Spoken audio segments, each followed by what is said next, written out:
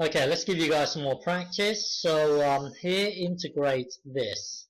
The list here is just to help you. You can either use this formula here and repeat this process here many times, or you can use this table.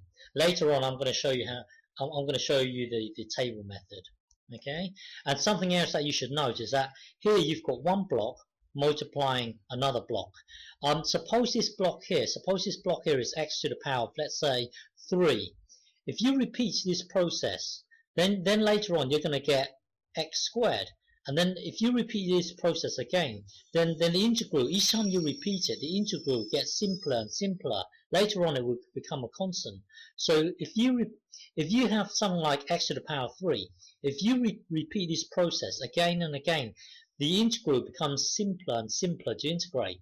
Well, here, if you look at this here, if you repeat the process, it doesn't become any simpler. It just goes around in circles like this.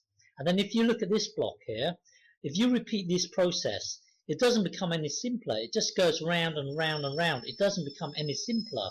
If you have something like x to the power of 3, if you repeat this process, it becomes simpler and simpler. It becomes simpler and simpler to integrate.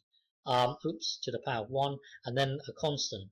Well, whenever you have a scenario where whenever you have a scenario where it goes around in circles, then you've got this scenario here. Let's say this whole thing here is capital I, and then if you repeat this process, you're going to have something plus something, maybe plus or minus something, and then eventually you're going to end up back to the original.